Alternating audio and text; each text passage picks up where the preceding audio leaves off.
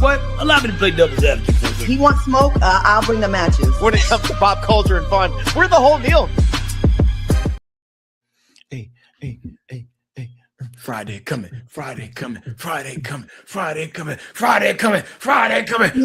rah.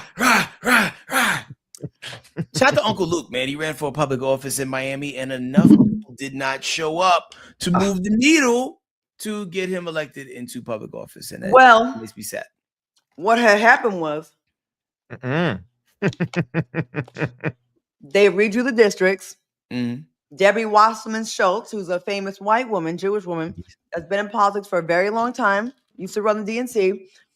Instead of rerunning in where her district was against other white people, she decided to go to the one of the few black districts left and went over there, and she had the greater name recognition. So there was 4 of the black people that ran. The vote was split. So she got 30,000. The next person got 15,000. Luke got 8,000. So it was split. So she ended up winning. So there's a lot of people side-eyeing her. You could have ran and used your big star name against the white people, and we could have kept that as a black district, and then maybe we could have taken another, a red seat to blue. I don't know the way, but the gerrymandering continues to help the Republicans and the others. Yo, that would have been a really good time for him to go back to his old name, Luke Skywalker. Because on name recognition alone, I mean, the lady you mentioned, I heard of her for the first time today. But Luke Skywalker, everybody knows him. She has listen, you want to vote to bring balance to the force. I'll tell you that for sure. Big facts, man. Shout out to everybody. Pull it up in the chat. Ray Bush, I see you. 022, we see you. Big sis Chris, what's a guan? Marcy Rose, G. Gaston. Wow. Okay. Love to see y'all, man. So much going on. Where do you want to begin? Oh, I do got a little feed me situation for y'all, right? Hold on. Feed me. Feed me. Feed me. So, my bad. Perfect. Yo, it was so dope. It was about like if all the memes lived all on one street. I'll refind it and I'll re-upload it again. But it was quite the vibe. But with no further ado, let's talk about some Puff Day. That beautiful graphic. It sure is, Tanner. Now, the Tupac murder trial is underway in Las Vegas, and now Diddy's name has officially come up in court testimonies. Now, a retired detective testified that Dwayne Keffe D. Davis previously told investigators that Diddy allegedly offered money to have Tupac, Shakur, and Suge Knight killed. But don't listen to me talk about it. Listen to the man who was on the stand. Sean Puffy Combs was supposed to have given money to Zip Martin to give to Mr. Davis for payment of the Tupac murder. Fast forward, we go to Mr. Davis. He says he can rekindle that relationship with Mr. Zip Martin and get him to talk about the money that was given from Sean Puffy Combs to Mr. Martin that never got to Mr. Davis. Mr. Davis flew to New York so Mr. Davis can work undercover to try to rekindle that friendship and business relationship with Zip. From what we gathered from Mr. Davis told us, he passed him off to his nephew, meaning Zip passed him off to his nephew to do business with him. Zip had cancer or something like that. He was sickly.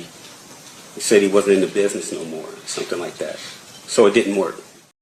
So if this story sounds a little familiar to some of y'all in the chat, it's because these are things that people have been saying for years, but hearing it under oath makes it hit differently, especially when it's coming from a person that's connected with law enforcement. Now, Keffe D has pleaded not guilty, and his defense is challenging the credibility of statements he's made over the years, essentially arguing that he exaggerated and changed his stories for attention and money. So I don't know, man. My whole thing is why would you even remotely loosely cop to something that is so near and dear to so many people? Because I feel like this puts a target on your back. Because there's a lot of crazy rabid fans on both sides of that fence, Biggie side and Pac side, seemed like a little more so on the Pac side, right?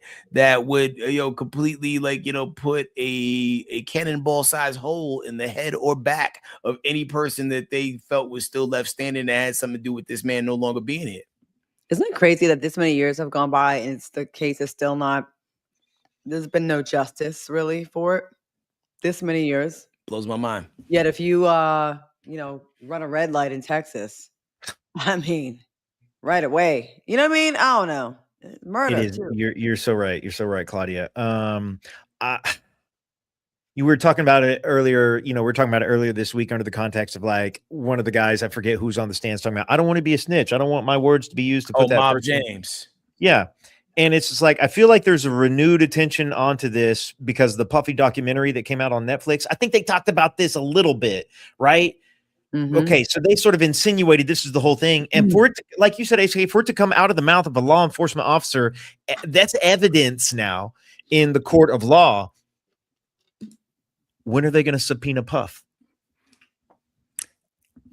So this was what gets you into a deeper conversation, like not pointing particular fingers, but I feel like there are some people who are informants. There are people who have certain levels of protection because of things that they may have cooperated with and on in the past. Because like with a crime and a trial like so heavy as this one, even if it was like 17 years after the fact, you would think someone giving you this type of information would at least make you pull some people in just to give them a tough talking to. And the fact that the streets have been whispering these sentiments for years, and we are just now getting to hear it in a courtroom is mind blowing. You gave a lot of these people the opportunity to die on their own. Yeah. It kind of makes me feel like law enforcement had more to do with it then, right? Because like the lack of like urgency to kind of get to the bottom of it. It seems like I feel like there's a gray area where there's a little bit of streets involved and a little bit of law enforcement involved. That's what I think. No, definitely.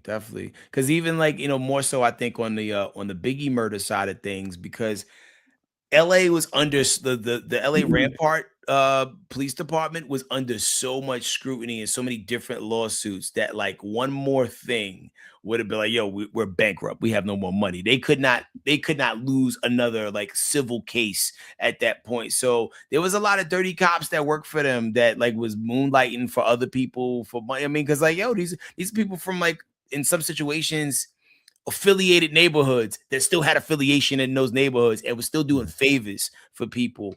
And yo, man, the only thing is they put on a different uniform to go to work. Facts. I wonder if we'll ever really get to know what really happened to both Biggie and Pac. And I do feel like in my heart of hearts that the shooters of both of these people are no longer with us. Yeah. Biggie's questionable because like there's a name that keeps coming up in that one, and that person actually recently appeared at the court case for the Pac thing. But it's just wild, man. It's just wild that we can't get the justice we're seeking. It is crazy. And it's like, let's just run down that rabbit hole for a second and say you're 100% right. Like both the men who committed those crimes are gone. There are other men who are well aware, right? And it goes back because we were talking about the accomplice thing. Like if you and I are riding around in the vehicle and out of nowhere and without premeditation and without telling you, I throw a gun out the window and I kill someone on purpose. Like that's the person I was trying to kill. You were just in the car. You were just an innocent bystander at the time. It's got nothing to do with you. But if I say, yo, HK, we're about to go do XYZ. You want to come with me? And you go, yes. And you get in the car in and of your own volition, then you are an accessory. And I also think that's one of those things where it's like, if you are impeding justice and the justice for the murder of a human being for 30 years now, like I feel like you deserve what's coming to you. And if the people that did it died running, talk about it. Spill it. Yeah. Is that still a snitch if you telling someone that's dead? Well, that's what Keffe D did. It was like, yo, my nephew shot him. And, but because he, like, as Santa was saying, you were also an accomplice in that car. Because the deal he had worked out, that plea deal he had worked out, that was with the LA Police Department. It was Vegas that dragged his ass back in to, to testify, stand trial for, or it might be the other way around. He might have worked out a deal with Vegas, but it was in Mhm. LA, whatever one. Like he didn't have the coverage he thought he had, and he just went running his mouth, and now he's like, oh yeah, no, I was just saying that for entertainment purposes only. But the life or death of a human being, especially a loved one, or any human being for that matter, is not for anybody's entertainment purposes. Yeah. Speaking of life, happy birthday to Christina Hey. 6104. Happy birthday. We love you. See you. What's up, Christine? More life. Yeah. Yo, here we go. G. Gaston says they should have had this trial right after the crime. Most likely, more people involved would have been alive. 100%. And the memories, like imagine it being asked like intricate details about something from 30 years ago. I can barely remember what I did yesterday. Like, what did I do yesterday? I don't know. It involved Benadryl though. I feel you. Yeah. Everything, the rear view memory gets hazy unless it was something like really, really fun and memorable. Yeah. Christina, what you gonna do for your birthday? Inquiring minds want What to you know. gonna do for your birthday? Okay. Oh, that means a lot, Miss Marie Campbell. We'd rather you be here with us. Like, hey, listen, one thing that we're not doing while we're here with you guys is spending money either. So, like this, That's true. you're protecting us from ourselves. Yeah. This is true. Facts. What's up with Tia Mowry? What's happening with that? I was gonna say, speaking of spending money, y'all know this wonderful woman here, this Tia Mowry. She's got them kids, and a lot of y'all got kids, and it's time for those kids to go back to school. She showed us how she's feeling in this video right here. Bye, guys. Mommy loves you. Have a great time in school, okay? Oh, babies, I'm gonna miss you. Bye, bye. I'm laughing like, I'm like, let me post my little dick. I'm like, let me show off my fit. I'm like, look broke, you wish.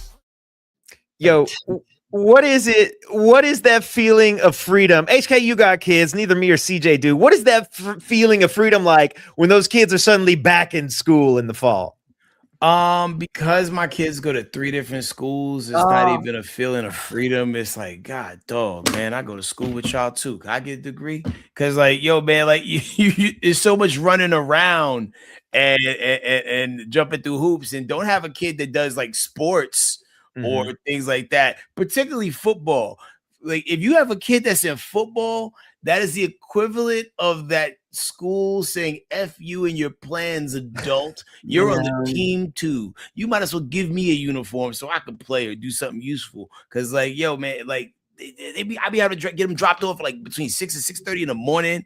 And this is even before school started. He just went to school for real yesterday, right? But 2 months before school started, he was going to practice at 6 o'clock in the morning with an 11:30 pickup on some days, a 6 p.m. pickup on other days. And I think we're breaking him out of school early today. So he don't have to, we broke him out of school earlier today, so he didn't have to stay for a long time. Because if we didn't do that, then we would have been picking him up at 6:30 at night too. Sucks. Our Willie says, cannot wait until my daughter goes back to school. Jeez, at least one day, at least day one will be peaceful. Yo, both of my sisters have a bunch of kids, and it's like when they get them off to school, it's like their sanity level goes back up into the normal. I think I just came up with another T-shirt name. What's that? What is it? What we got? Well, I need the words. I have the graphic, the logo, but I need the words. If you don't want your kids in sports, you must abort. Oh, wow. Like, that's a football inside the stomach, the uterus, and then there's a line through it. No? I mean, hey. See, it's abstract a little bit. So that's a football inside. Like, that's the mother. She doesn't look happy. And then there's a future athlete. Yeah, it's a future athlete.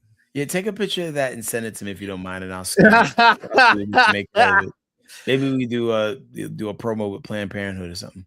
Big Sis Chris says, my grandbaby, who I usually just started pre-K. It's an adjustment, but I'm free. Yo, that's what my youngest sister was talking about. She had 3 kids under 3 to begin with. And so there was a kid in the house nonstop for like 8 years. And then when the youngest one finally got old enough to go to some sort of school, it's like she became a regular person again. They weren't stressing her the heck out. There's no nuts or orgasm that feels to me that would feel good enough to hear all the noise that kids make. They're always talking and squealing, and I sprained my ankle, runny nose, pee in the bed, eating up all your food. I made a turkey the other day, right? Just a turkey. Uh-huh. I've been eating off that for days. Like turkey sandwiches. I walk to the kitchen, don't even have to get dressed. I have sun chips and turkey sandwiches for breakfast, ice cream for lunch, beef jerky, and hamburger helper for dinner. It is amazing the amount of freedom I have. I can spend money. I can go waste money at the casino. I don't feel bad that some kid's not going to get some goddamn uniform. Head crack. Yeah. If you're watching right now and your wife, tell the truth. It's kind of annoying being a father, right? Is it annoying? No, it's not. Like I say this with my glasses off. It's not annoying for real. Come on, It's Fred. the only thing keeping me alive at this point. So they are annoying, but you feel No. guilty. HK's a family man. No, like I'm just saying, like, yo, listen, man. Like, if it wasn't for them, like, yo, like, man, listen. So you like your kids now? love my Did you kids, always yeah. like them though? Were they? Yo, there comes a pocket in time where like you don't like all of your kids evenly. It seemed like around 7, 8, 9 when they were annoying and they got the missing teeth, like when they were like kind of ugly, kind of awkward, 1 foot in of being a kid and a teen. Like that's when they look all deformed. Nah, it's the emotions that, like, I mean, particularly boys go through, I think, where they just go through a pocket of time where like they're just knuckleheads and it just takes a lot to get through to them. I don't know what it's like to raise girls. I would hear the horror stories, like, you know, from my dad or whatever, or like my other siblings, right? But like, yeah, man, like all I know is boys, and yeah, like each one has gone through that. What? Oh no, are we losing HK? Oh no. No, See, you with us? That's because his kids are siphoning off his internet probably right now. I don't even think they made it home yet. Messing with the bandwidth. I share it with no one. What do you mean, Chris or Renee? It's more annoying being a cat owner. Are you serious? I haven't wiped an ass ever in my life. I've never wiped an ass ever in my life. Not a single one. Not a single ass has been wiped by these hands. Oh, Janice, thank you so much. Nah, yeah, You are nah. a good dad. I live in these grocery stores. I really do.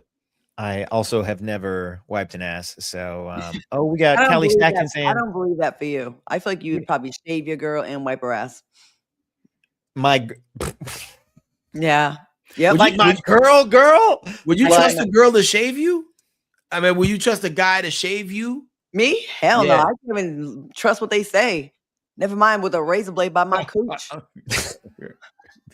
Hell no. I don't even trust the words coming out of their mouth. Yeah, they Claudia, I lie. feel like we had this conversation one time. I feel like they attacked you with lasers. Oh yeah, I use lasers. So Yeah. only the gray hairs powered through. The ultra strong grays. Oh, Well, for those of y'all sending your kids off to school, you know, we got a lot of love. We're sending y'all's ways. You're doing good, doing all the good in the world. Oh, okay, wait, hold up here. What was this one? I've helped raise kids in my 20s. No, I do not want any of my own. I was good with that experience. I'm saying. Some people are really good at being uncles and aunties. Like I always thought my aunt Lisa would have kids, but like nah, like she had me for a bunch of years. It was And good. yeah, and she's like, yo, that was enough. We're good. Well, segue. Speaking of unprotected sex, Charlie Sheen sets the record straight on how he got a disease. He sat down and talked about his life, and of course, the topic of his HIV status came up, and he wanted to set the record straight on how he did not catch the disease. Well, kind of. Check it out. Say sex with men, you immediately think of like butt sex. I mean, sorry to be graphic, but that's kind of like where the mind goes, right? Yeah. And it wasn't that. So I don't want to be like, okay, I did this thing, but that part of it didn't happen but it didn't. You know what I'm saying? And so I don't know that matters, but that's the only part of it that I'm like, it wasn't full-fledged, man. It was that like you'll experiment with in college, you know? I never went to college, so maybe that explains it. But it's not a shame thing. Was it the drugs that made you curious, or were you curious before the drugs and the drugs gave you the confidence? Yeah, that's a good question. I sitting here, I don't really know. Absolutely the drugs, because there's two schools of thought that the drugs, you know, open doors that are already somewhere in that house, or that they create them. You know, it never happened without. without the insane amounts of crack. So Really? no, you know. What's your best guess as to how you contracted HIV? Probably in that pocket of time with the experimentation with the thing. And I don't really ever say that in the book or the doc, but there's a reason in the book that it does fall into that, as far as the chronology goes, into that specific window, into that moment. And what gives you the confidence that it happened then? Because I didn't have it before that, and then found out I had it right after that. Was he on crack during that interview? He answered, he danced all the way around that. So he's saying he was on, to mess with men, he had to be on, he was on drugs, lots of crack. But he doesn't say, he said, nope, that's where I draw the line. It wasn't butt sex how I got it, but then it doesn't explain. He's trying to act like he didn't get pegged he didn't get it in the butt. Or maybe he was getting domed from somebody who was wearing braces. And then he had a cut on his penis. Wow. That's hard to get that. That's very But there's hard. so there's no HIV or AIDS in saliva. No, I'm saying, but if the person had braces, it is like, imagine like if you grabbed a sausage and dragged it against a cheese grater. It's braces. And maybe that's how he got it, or maybe the other way around. Like, I mean, Blood, like blood from a sausage. Yeah, like blood Well, sausage. like that's sort of the thing, is like there's no HIV or AIDS in saliva. And so it's not transferable from the kiss. And so even if you had cut your thumb and you put it into the mouth of someone with AIDS, you will not get AIDS because there's no saliva. There's no AIDS in saliva. Who tested this? AIDS. I'm gonna tell you this right now. He got it in one of two ways. Okay. The way that a lot of people who get it, who enjoyed the recreational activities that he did, got it from sharing needles. Sounds about right. That's a high chance of getting it there. Or he there's a membrane, and there's a handful of mucous membranes on the body. One of them is famously exacerbated through butt stuff. And so he was either in someone or they were in him. They were in him. It's one of those two. It's needles or the meat needle. That's it. That's it. He missed all his other stuff, but like butt sex is where he draws the line. That is wild. He draws the line there. I mean, hey. I have his book because he hosted an event in Dallas I went to, and I got his book. So I want to go through it and see about the butt sex chapter. I mean, my thing is like when people are in this position, they have the opportunity to be the cautionary tale that makes people just take their life a little bit more seriously as it goes on. I remember when Eazy-E found out he had it, he made a big statement through his lawyer like, hey man, listen, I want to let y'all know the truth about AIDS and HIV, man. Like, don't be like me. Paraphrase that. But yeah, like, you got to kind of like let people know, man, like, because there's some people who are ignorant to the fact, because it doesn't get pounded through your eyelids like it used to be back in the 80s and 90s. You know what I mean? Oh yeah. Like, if you don't see Magic Johnson coughing, you think everything okay, and when I say I coughing, not coughing, but you know what I'm saying? Like, you think everybody's okay, but listen, these people got money to live long. Not everybody has the money for the best meds. And I know PrEP is a thing. But still you got to protect yourself out there, man, because it's not eradicated. It's not. So we all see that he's full of crap, right? Yeah. It's a weird thing to try to draw a distinction in, because in trying to draw the distinction, he's just drawing more attention to the fact. You know what I'm saying? Like, he's like, I didn't do butt stuff. And then we're like, well, how'd you get AIDS? Well, you either did butt stuff or you shared needles. That's it. And he probably shared needles. He was talking about like, oh, every single time it happened with like meth or heroin or whatever it was. I guarantee you there was needle sharing going on there. And then I would gamble the very next thing that happened after that was other needle sharing. Yeah, he said Human crack needle. though. He said wasn't crack his drug? He did say crack, man. He said a lot of crack. I would think it'd be more embarrassing to say crack, but I feel like a lot of people, like especially your cousins, Tanner, they don't. There's not this. I don't feel there's as much stigma when they say they do crack. It's almost like, yeah, I'm a recovered crack addict, and everyone's like, oh, that's great that you overcame that. You know what I mean? Like y'all don't be getting called Pookie and all that. You know what I mean? We do. Yeah, like it's not as much of a punchline. You know, Yeah, it's like Hold on just a second. Like, so is all right. The only reason I know the word Pookie is because I went to school with a wonderful black woman. Her name was Hazel Marshall. She was great. Okay. Love Hazel. I haven't seen her in a long, long time. But Hazel's nickname was Pookie. But I don't think she was doing those drugs. well, ever since New Jack City, Yeah. and Chris Rock just killed that role as the best crackhead ever in cinematic in history on camera. Pookie, the name Pookie will forever be tied to crack. But Forever. but Hazel, everybody was calling Hazel Pookie. This is like, I don't know. She should have The changed early it. 90s.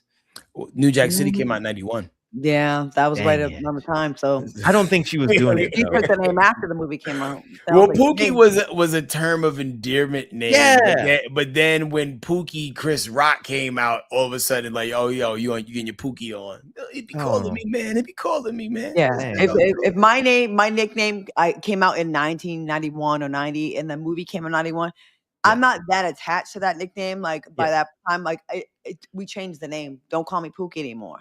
Mhm. So she liked it. Right? Yeah, I mean, it was like, I mean, this is also country Broken Bow. I mean, I'm sure, it's like, I'm sure they'd seen New Jack. I hadn't seen New Jack City, but like, anyhow, I just didn't know. Yo, What was the first black movie you saw, Tanner? How to Be a Player. Oh, okay. That's 97. 90, no, 90, yeah, 90, what? Hold on. No, 95, 96. Got to be somewhere around in there. Yeah. 95, 96, maybe. I'm not sure. I was driving. Maybe I just started driving. Shout out to Bill Bellamy and Pierre. Right. Yeah. 1997. Yeah. Yeah. That had a pretty good soundtrack on it. Oh, it was great. Among other things, man. You guys have any crackheads in your families? Yeah, I had a few. And some of them beat it, some of them didn't. It just sucks, man. Like to see somebody deal with like drug issues, because like when you get to the point where you understand it's psychological, like your brain depends on the chemistry compounds of having drugs in your system, it's such a letdown when people relapse, but you just gotta be tough when necessary and loving when necessary, because a lot of times people who are addicts, they deal with shame, whether it's like crack, cocaine, alcohol, whatever. They deal with the shame. They don't want to come around because they feel like, oh man, you got love on them, but you also gotta be firm. Let them know, hey, I ain't tolerating this bullshit. No, you can't borrow $20. Yeah, we had one, and she just wasn't good at whispering at all. Oh, word. Like, I was on the bus one time, me and my homegirl, and I was 12, right? 12 or 13, and I saw her, maybe 14, between 12 and 14. I was young, okay? I still was playing with dolls. And I see her name was Penny, on the bus, and she whispers, well, she thought she was whispering, but terrible at whispering, are you still a virgin? It was really funny, but embarrassing. I was like, oh my God, she can't whisper. But she was nice, though. She was a nice lady. Oh, yeah. You'd be hard pressed to find like a crackhead with a bad attitude. Yeah. By the way, no, I haven't seen Juice. I'm going to put that on the list. We had one in my family. Oh, no, is that a bad miss? Hold on. Maybe I have seen it. Let me see. Come on, man. Tupac, Omar Epps, Smalls from Lean On Me, Jermaine Hopkins. Maybe I've seen it. Hopkins. I don't know. Man, you got to come back. That came out slightly early for me. I would have been 10. 91. That's another 91 joint. Yeah. I don't know that I saw that one. What I was going to say is 92, like sometimes 92. Sometimes these people, sometimes it's also like there's a projection that they aren't on drugs. You know what I'm saying? Or a projection of confidence because they're trying to make up for something. Like they feel a certain lacking on the inside. That's the thing that's driving them to the drugs, but they don't want anyone to know. So they project a certain kind of confidence. We have one in my family, and it's just like I said, where I'm from is like so rural, so sort of like country, a lot of people very unassuming, and like you can live in a small town and not get exposed to enough things that gives you the education to identify certain clues when you see them. Whereas like the three of us and anybody living in the city might recognize what a really long pinky fingernail means. And other people who've never been exposed to that culture don't recognize it. And so I was at a family wedding this has been a long time ago now, but it's one of those things where my family was like, oh, so-and-so was acting a little funny tonight and being a little more social and a lot nicer than, many of the years in the past. And when I went to go give that person a hug and I'm talking to them and they're sort of talking with their hands, I noticed that really long pinky nail. And so I knew, and no one else they'd clocked the pinky nail, but they didn't know why. Right. And so it's like, I don't know. It's tricky. I think it touches everybody. Drugs touches every family, one way or the other. Some way, size, shape, or form, man. Yeah. Crack just seems like such a commitment. Not as committed as heroin, because you got to buy the little like tie up rope, get the needles, or like burn a spoon. It seems like it's a lot of setup that goes with heroin. So I told you about my cousin who ran the dispensary down there in between Broken Bow and Idabel, way down in the southeastern corner of Oklahoma. She said the number one thing that she sold more than anything were the pipes that people would use for crack, and then the little lighters for them. Damn. That's the number one thing that she sold out of that dispensary. And that just goes to show you, like, even in like some real town, small rural areas, it's a cheap high. I think that's why so many people, that's why like it sells itself if you get on it, man. That's why, like, man, I don't even smoke cigarettes, fam. I never even tried a cigarette. Yeah. Because once you start to understand like the addictive like what makes things addictive. When you're a kid, you like, well, just stop. You don't understand it. But then when you see enough people go through it, you're like, you know what? Okay, yeah, I think I kind of get it. Because even when I was like, like stressed out, smoking weed a lot, your brain kind of craves it because it calms your nerves down. You know what I mean? And yeah, you gotta chase it. Oh, I want to get as high as I got the other day. And you gotta figure it out. I knew someone that was hooked on heroin. He said the first time he tried it, it was like the best, most euphoric high ever. Felt so good. And then you never get that high again. You're just chasing it. And then it hurts when you get off it.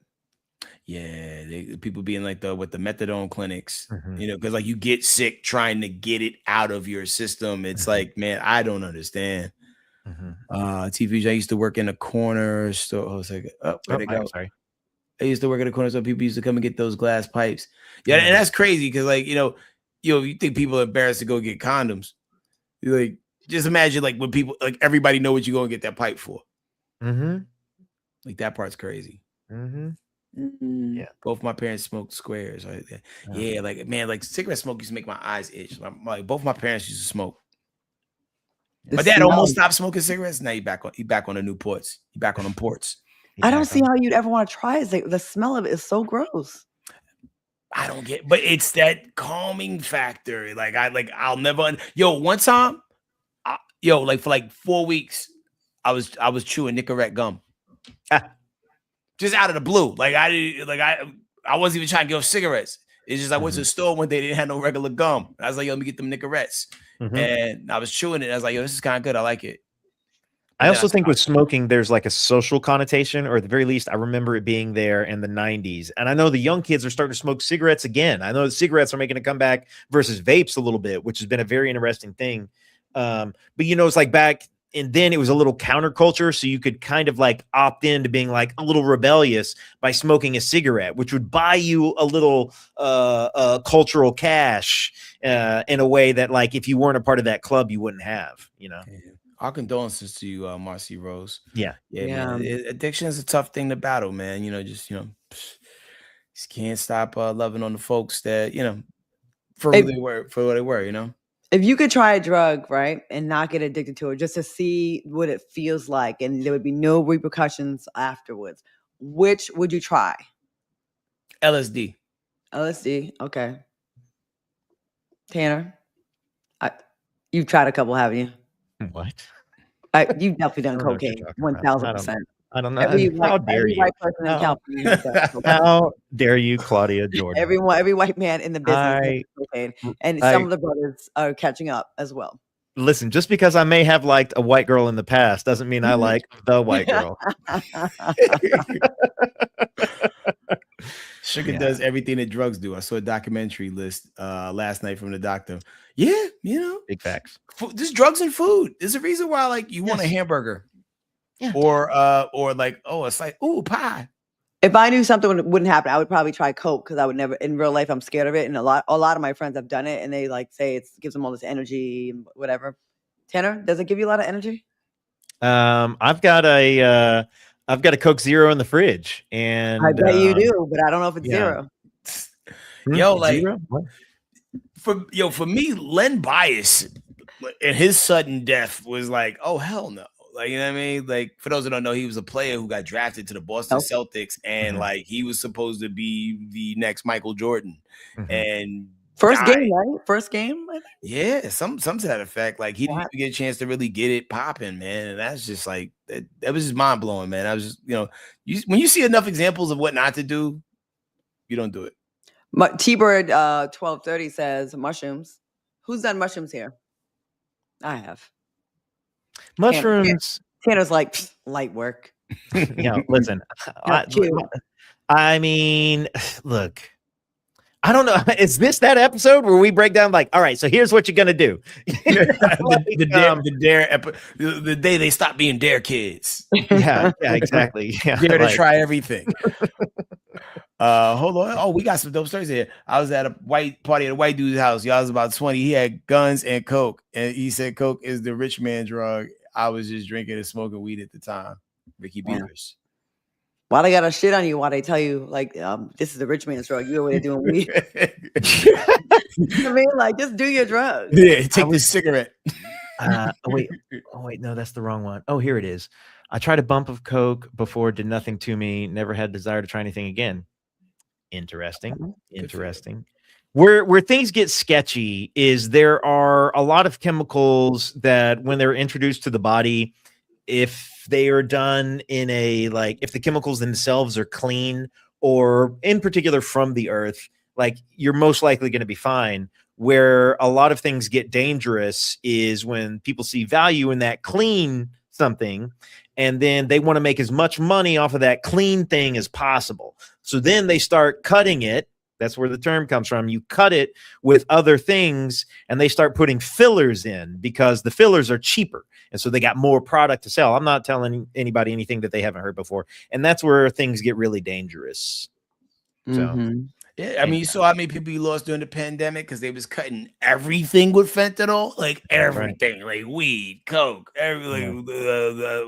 Like, that's how DMX went out. Accidental fentanyl overdose. Fentanyl, that's right. Yep. I think same thing with Shock G from Digital Underground. Mac Miller as well, man. Like, yo, man, you better know where you're getting your stuff from, or don't do the stuff. Okay, so side note, just real quick diversion here. The Rooted Femme here says, I'm autistic too. So that could have had something. I just saw it. That's okay. That could have had something to do with it. You're 100% right. That could have something to do with it because your brain chemistry is probably slightly different than ours. And that's the whole thing where, like, Adderall is crack. Adderall is an amphetamine, and lots of other different lisdexamphetamine is a thing that can get prescribed for people who like have ADHD and some of these symptoms.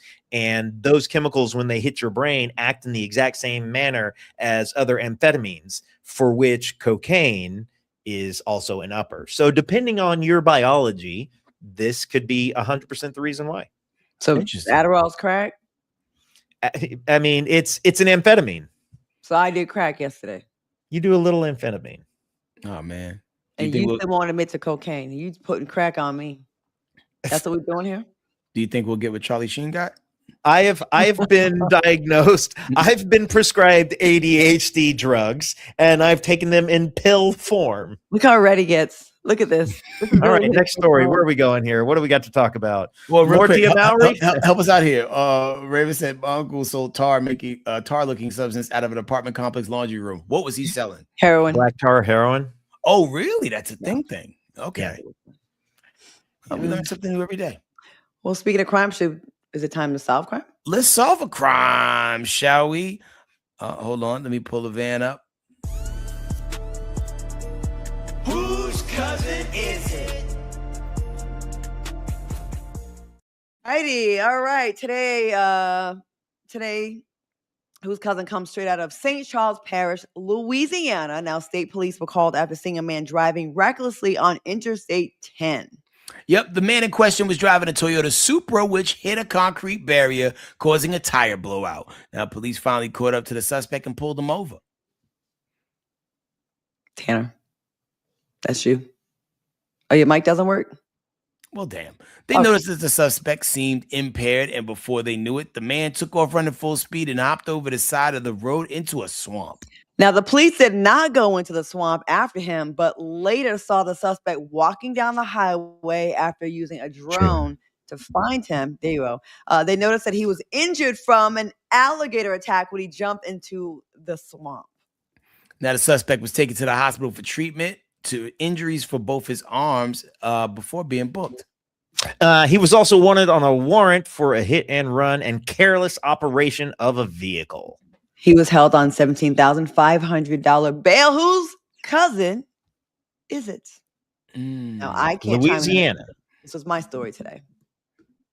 Yeah. All right, so we're talking about a man from St. Charles Parish in Louisiana.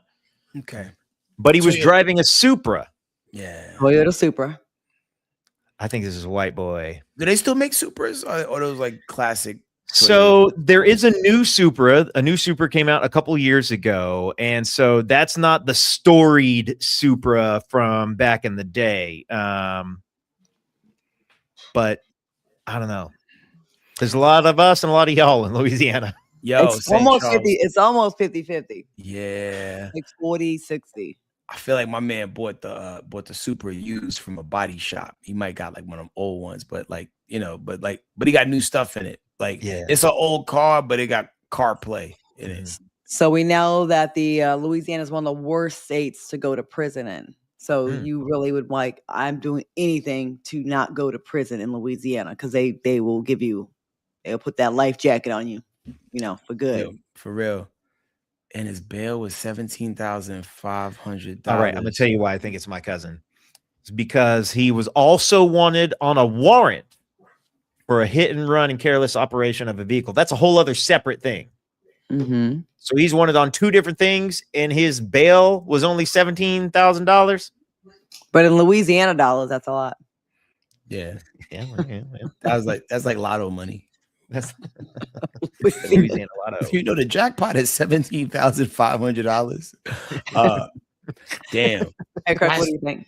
I'm gonna jump out the window and go me and your cousin, because of the Supra of it all, and St. Charles Parish. When I hear the name Charles, I think of the Bone Thug song, I miss my Uncle Charles, y'all crossroads. So yeah, I don't know why those touch points lead me in the direction of. Okay, so I don't know how to do the van thing here. Let me see. Is it? I'm gonna just jump out there. I'm gonna say other cousin, because while in my heart of hearts, I feel like this is my cousin, I also think that every now and then a curveball comes through and we find out somebody who runs a faux restaurant lives in Louisiana. You just refuse to blame black people. I love that for you. I have done it. I have done it. And I'll add the van in post, so don't worry about it. Okay. All right. So are we ready to move that van? Let's do it. Surprise, surprise. All right. It was other Victor Rivas, a Latino man. I think he was 41 years old, and he ran and jumped in the swamp, and they did not go after him in the swamp. They found him using drones. Yeah. Hold up. You said Victor Martinez? Rivas. Rivas. Definitely other cousin. Damn. He looks Russian though, doesn't he? That neck. A little bit. He do got a wide neck. Yo, we be forgetting about the other cousins that be in Louisiana. We just think black, white, Creole. Yeah, I was like surprised about this one. I was like, okay. Black, white, undecided. Both arms got bit in the swamp. Damn, you got chewed on. Yeah. Yo, man, like alligators are just so relentless. You see when they do that death roll, where they try to turn your arm into a Twizzler? You know what I'm saying? Like just twisting and just twisting and twisting. HK, I saw a video and it was of like somebody who had a like an alligator pen or something like that, or it was like one of those places they were feeding alligators, and it wasn't like it was dangerous, but not like, oh my god, dangerous. Anyhow, they're like tossing out these like chicken breasts and like whole cooked chickens, and this one alligator goes to snatch one, but he like misses and snatches the front leg of the alligator next to him, and then he just goes wham, and he hits the roll. He hits a 360 and yanks that arm off of the other alligator. Starts chomping down the alley. The other alligator's just like the fuck, and like dinosaurs, man. Dinosaurs. Can you? Okay, if an alligator gets a hold of one of my limbs and goes into the roll, wouldn't you just want to be put down? Like, do you want to survive that? Yeah, you know your quality of life about to be different. Yeah. Your arm got twisted up by a gator. You know it's gonna be all kind of infections, and then it's like annoying, and then you're all scared of rivers after that. I'm already scared of rivers. I don't rock with rivers and ponds. I'm like, I would never swim in one of those. Never. Yeah, like that's what scares me about like even like living in Louisiana, like because if it floods, you know, next thing you know, you neighbors with everybody, right? Like all the particular animals that are good at swimming and walking on land. Like, oh hell no, nah. Helping side dish. What happened?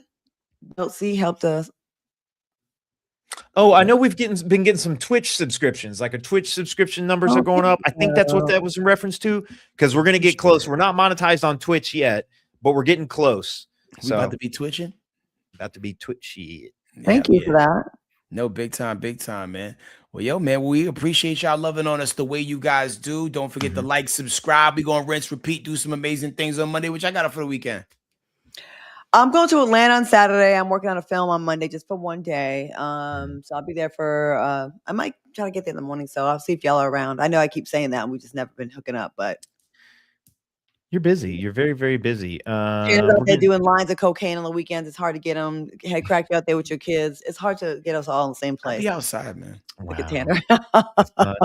That's not true. That's not true, Side Dish Gang. You know what is true? My love for people who got the I Got 5 on It memberships. That's I give them my heart. I snort up all the good news about them that I can find. My love for them cannot be cut or diluted with anything evil.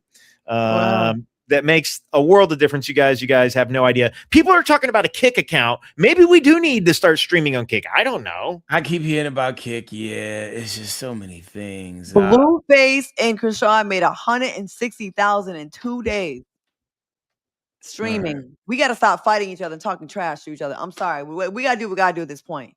We got to just start bringing people on, and then they think the interview's going well and we act real nice, and then we just start talking trash to them out of nowhere. Yes. And Hannah, you gotta do some lines on camera.